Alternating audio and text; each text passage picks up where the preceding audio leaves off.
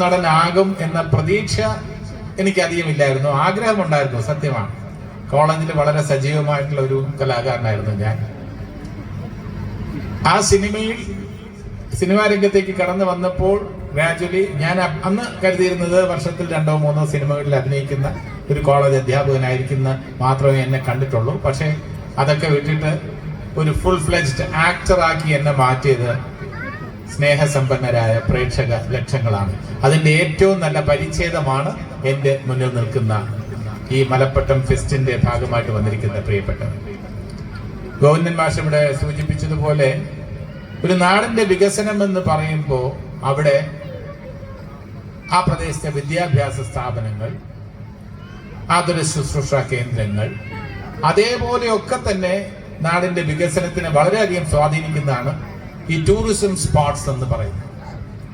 ഇവിടെ പുഴയുടെ ആഴ ഒരു പരിമിതിയാണെന്ന് അദ്ദേഹം സൂചിപ്പിച്ചു. അത്തരത്തിലുള്ള പരിമിതികൾ അത് കടന്നു കിട്ടിയാൽ ഇതൊരു വലിയ ടൂറിസം കേന്ദ്രമാക്കി മാറ്റാൻ കഴിയും എന്ന കാര്യത്തിൽ യാതൊരു സംശയമില്ല. വളരെ പ്രകൃതി രമണീയമായിട്ടുള്ള ഒരു പ്രദേശമായിട്ടാണ് എനിക്ക് തോന്നിയിട്ടുള്ളത്. പറശ്ശിനിക്കടവിന്റെ സാമീപ്യം, ഇതേപോലെ വേറെ ടൂറിസം കേന്ദ്രങ്ങൾ തൊട്ടടുത്തുണ്ട്. അപ്പൊ ഇവിടെ വളരാൻ ധാരാളം സ്കോപ്പ് ഉണ്ട്. പിന്നെ തദ്ദേശ സ്വയംഭരണ സ്ഥാപനങ്ങളുടെയും ബഹുമാനപ്പെട്ട MLA-യുടെയും ഒക്കെ തന്നെ ഗോവിന്ദൻ മാഷിന്റെ ഒക്കെ പിന്തുണ ഉണ്ടെന്ന് അധ്യക്ഷൻ സൂചിപ്പിച്ചു. അതും നല്ല കാര്യം. അപ്പൊ നമുക്ക് നമ്മുടെ ജീവിതത്തില് നമ്മളെല്ലാവരും തന്നെ ഒരു തരത്തിലല്ലെങ്കിൽ മറ്റൊരു തരത്തിൽ അല്പം ടെൻഷനൊക്കെ ഉള്ളവരാണ്. ജീവിതത്തിലെ സുഖവും ദുഃഖവും, സുഖദുഃഖ സമ്മിശ്രമാണ് ജീവിതം. നമ്മൾ സന്തോഷിക്കും, അതേ നമ്മുടെ പ്രശ്നങ്ങൾ ഉണ്ടാവും. ആരുമില്ല. അതിനൊക്കെ നമ്മുടെ കവികൾ കവിത ചൊല്ലാൻ ഇരിക്കുന്നുണ്ട് മുരുകൻ മാഷ്. അപ്പൊ അതിനു മുമ്പ് ആമുഖമായിട്ട് അതിനൊരു പശ്ചാത്തലം ഒരുക്കാൻ വേണ്ടി ഞാൻ പറയാം. ഈ നമ്മുടെയൊക്കെ ജീവിതത്തിലെ പ്രശ്നങ്ങൾ എല്ലാവർക്കും ഉണ്ട് എന്ന് ഓർമ്മിപ്പിക്കുന്ന തരത്തിൽ ഭാസ്കരൻ മാഷ് മനോഹരമായി ഒരു ഗാനം രചിച്ചിട്ടുണ്ട്. കവിതയെന്ന് തന്നെ വിശേഷിപ്പിക്കാം. അദ്ദേഹം പറയുന്നത് എന്താ?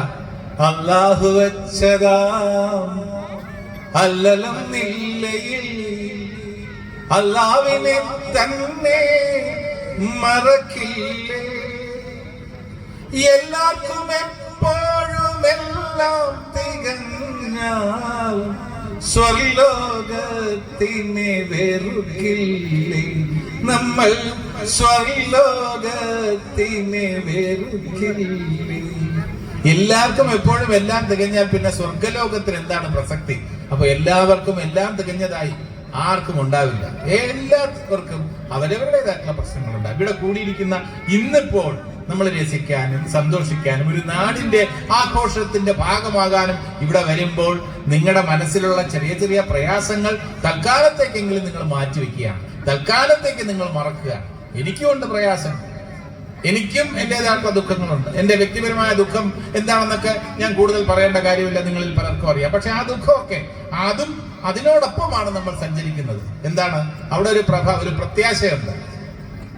ജീവിതം മുന്നോട്ട് നയിക്കുന്ന അതാണ്, പ്രതീക്ഷയാണ്. ആ പ്രതീക്ഷ എന്ന് പറയുമ്പോൾ ഈ നാടിന്റെ ഭാഗമായിട്ട് ഇതേപോലെ സന്തോഷത്തോടെ, പെർമനന്റ് ആയിട്ട് ദുഃഖങ്ങൾ മറക്കാൻ കഴിയില്ലെങ്കിൽ പോലും താൽക്കാലികമായി ഒന്ന് ഈ ഒരു കൂട്ടായ്മയായിട്ട് ഇവിടെ ഇരുന്ന് രസിക്കാനും ഉല്ലസിക്കാനും ഒക്കെ അവസരം ഉണ്ടാവുക, അതോടൊപ്പം തന്നെ നാടിന്റെ വളർച്ചയെ